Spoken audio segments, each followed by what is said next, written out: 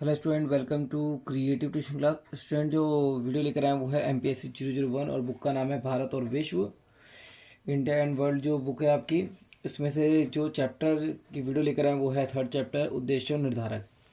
इसमें सबसे मेन जो क्वेश्चन आता है कि वो है विदेश नीति किसे कहते हैं, और विदेश नीति के उद्देश्य और सिद्धांतों का वर्णन करने के लिए इसमें से एक क्वेश्चन बहुत इंपॉर्टेंट निकलता है, जो ज़्यादातर हमेशा एग्जाम में आता है। और एक क्वेश्चन निकलता है, भारत की विदेश नीति के निर्धारण के भूगोल, इतिहास और परंपरा का वर्णन कीजिए। तो ये दो क्वेश्चन जो आते हैं उसके बेस पर एक तरीके से मैं आपके लिए टिप्पणी लेकर आया हूँ और एक तरीके से नोट्स लेकर आया हूँ, ताकि आप इसको एक तरीके से समझ सकें और वीडियो के जरिए आप इसको शॉर्ट नोट्स बना सकें। जो मैं आपको बता रहा हूँ वो आप एक तरीके नोट कर सकते हैं। इसके अलावा भी कोई भी पॉइंट एक्स्ट्रा मतलब मैं जो बताऊँगा वो आप नोट कर सकते हैं। तो मेरा मकसद यही है कि आपके जो पेपर आ रहे हैं उसके रिलेटेड आपके लिए चैप्टर वाइज जो जो इंपॉर्टेंट चैप्टर है उसके बेस पर मैं आपके लिए वीडियो लेकर आऊँ और आपके एक तरीके एग्जाम में हेल्प हो सके। तो जो वीडियो है वो है चैप्टर थर्ड की, उद्देश्य और निर्धारक। तो इसमें सबसे पहले मैं आपको बताता हूँ कि किसी देश की विदेश नीति, क्वेश्चन आता है कि विदेश नीति किसे कहते हैं। तो किसी विदेश नीति जो है, किसी देश की विदेश नीति, जिसे विदेश संबंधों की नीति भी कहा जाता है। हम विदेश नीति करते क्यों हैं? सबसे मैंने देशों के साथ संबंध अच्छा करने के लिए। भारत जब आज़ाद हुआ तो भारत के जो प्रधानमंत्री जवाहरलाल नेहरू थे, उन्होंने विदेशी नीति का प्रस्ताव रखा। उनका मानना था कि भारत की जो आर्थिक स्थिति है वो खराब है, और इसके जरिए उन्होंने एक तरीके से भारत के विकास के लिए विदेश नीति का पालन को अपनाया। और नेक्स्ट है, ये अपने राष्ट्रीय हितों की रक्षा करने के लिए अंतर्राष्ट्रीय संबंधों को वातावरण में अपने लक्ष्यों की प्राप्त करने के लिए द्वारा रचित की गई है। मतलब दोबारा बताता हूँ आपको, किसी देश की विदेश नीति, जिसे विदेश संबंधों की नीति भी कहा जाता है, और ये अपने राष्ट्रीय हितों की रक्षा करने के लिए और अंतर्राष्ट्रीय संबंधों के वातावरण में अपने लक्ष्यों को प्राप्त करने के लिए द्वारा चुनी गई है और स्वहितकारी रणनीति का समूह होती है। तो ये बहुत इंपॉर्टेंट था जो मैंने आपको बताया। फिर इसके अलावा आप इसमें एक्स्ट्रा लिख सकते हैं कि जो भी जवाहरलाल नेहरू थे, सितंबर 1946 में एक प्रेस का सम्मेलन किया और विदेशी संबंधों के क्षेत्र में भारत एक स्वतंत्र नीति का अनुसरण करेगा। मतलब उन्होंने कहा था कि भारत जो हमेशा एक तरीके से अनुसरण करेगा, किस चीज़ का अनुसरण करेगा? स्वतंत्र नीति का।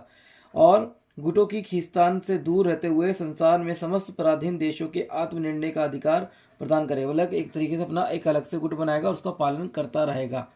तो ये उसमें बताया। नेक्स्ट जो सेकंड पॉइंट है उसमें बता रहा हूँ मैं आपको कि भारतीय विदेश नीति केवल अंतर्राष्ट्रीय प्रतिबंधों की प्रक्रियाओं का संकलन नहीं, मतलब इसमें प्रतिबंध नहीं आते, बल्कि इसमें भारतीय भौगोलिक विस्तार जैसे जनसंख्या, अर्थव्यवस्था, नेतृत्व आदि जैसे विभिन्न तत्व शामिल है। मतलब क्वेश्चन आता था तत्व क्या है, तो जनसंख्या, अर्थव्यवस्था, नेतृत्व, ये सारे इसके विभिन्न तत्व हैं।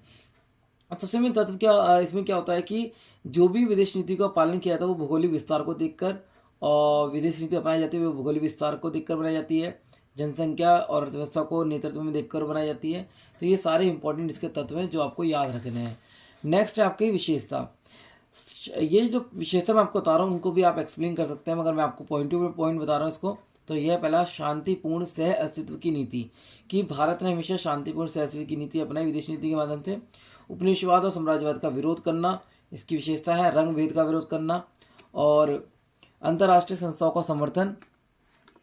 पंचशील जो था, पंचशील के सिद्धांतों पर आधारित। तो ये आपको याद रखना है, इनके पॉइंट आप एक्सप्लेन कर सकते हैं।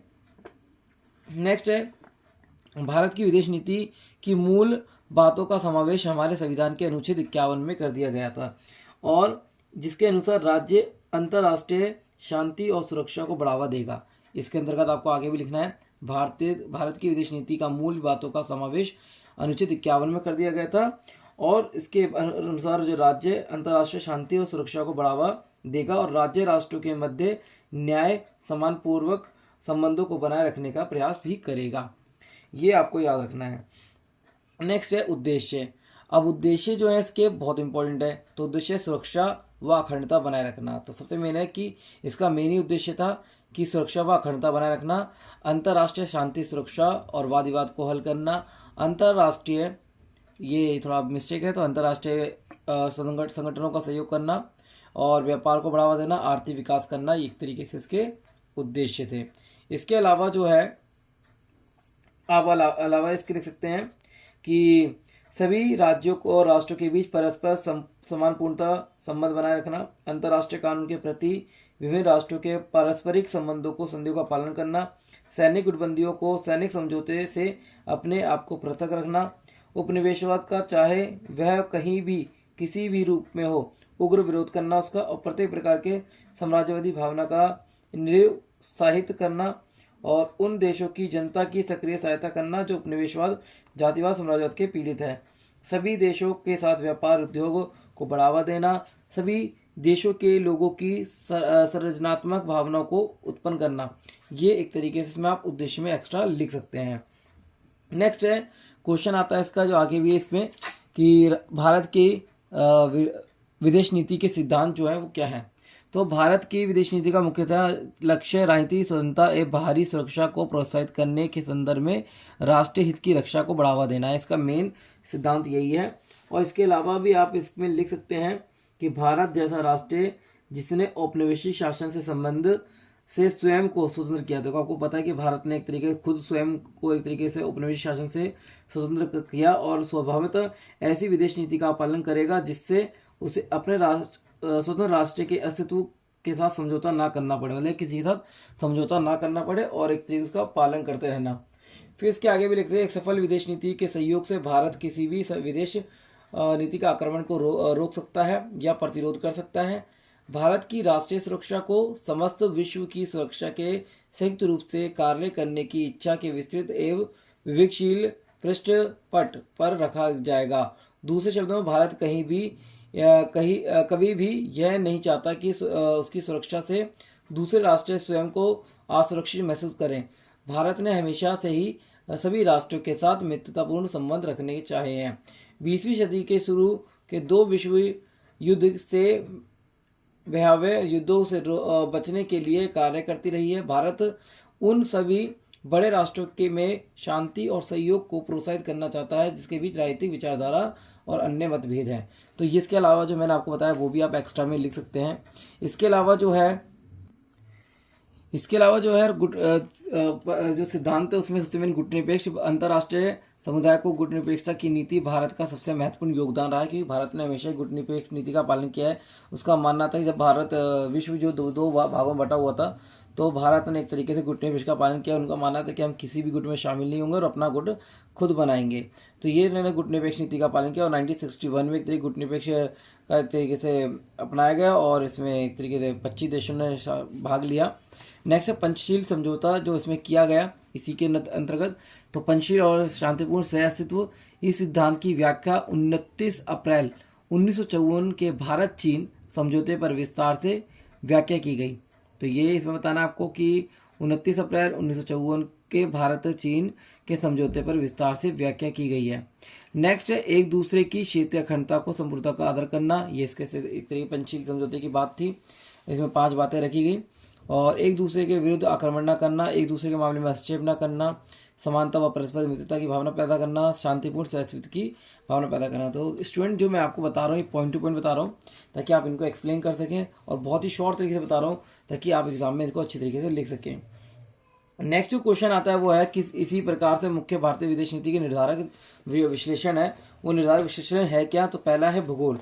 भूगोल आपको हेडिंग लिख के लिखना है इसमें कि भारत का भौगोलिक आकार और स्थिति उसकी विदेश नीति निर्धारण करने में महत्वपूर्ण भूमिका अदा करती है। देखो किसी का भूगोल जितना बड़ा होगा उतनी विदेश नीति उसकी अच्छी होगी देश की। नेक्स्ट है इतिहास की परंपरा। इसमें लिखिए भारत की विदेश नीति उसकी ऐतिहासिक परंपरा को प्रतिबिंबित करती है और भारत ने अपने क्षेत्रीय विस्तार के लिए देश के बाहर कभी भी कोई आक्रमण अभियान नहीं किया है।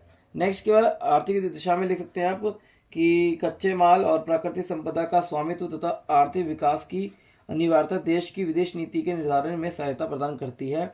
इसके अलावा भी आप इसमें एक्सप्लेन करके लिखते हैं आर्थिक साहित्य दशा में क्या है। नेक्स्ट के बाद नेतृत्व का स्वरूप। किसी भी नेता के व्यक्तिगत योग्यता क्षमता एक राष्ट्र के भविष्य को एक निश्चित समय में अपने नेतृत्व द्वारा विदेश नीति के स्वरूप को एक निश्चित दिशा प्रदान करती है। ये आपको पता होना चाहिए कि जो हमारी जो राष्ट्र और क्षमता जो हमारी विशेषता वो एक तरीके निर्धारित करती है। नेक्स्ट है आगे वो है आपका नेतृत्व हो गया और ऊपर से आएंगे आप घरेलू वातावरण। घरेलू वातावरण में है क्या, इसमें है कि किसी भी देश की विदेश नीति अपनी आंतरिक गतिशीलता के प्रभाव में मुक्त नहीं रह सकती।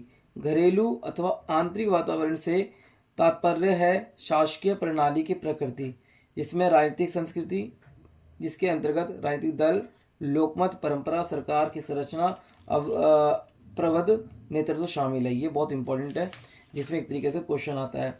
तो ये मैंने आपको समझाया, चैप्टर जो इम्पोर्टेंट था उससे रिलेटेड मैं आपके लिए वीडियो लेकर आया था, और इसका सबसे मैंने कि पॉइंट टू पॉइंट बताया था कि इसको एक्सप्लेन कर सकें। तो ये चैप्टर था ऑब्जेक्टिव एंड द डिटर्मिनेट्स, जो चैप्टर आपका उद्देश्य और निर्धारक। तो ये शॉर्ट वीडियो लेकर आया था आपके लिए, बहुत अच्छी, ताकि इसको शॉर्ट तरीके में आपको समझा सकूँ। तो उम्मीद करता हूँ कि वीडियो अच्छी लगी, इसको लाइक और शेयर करें। धन्यवाद।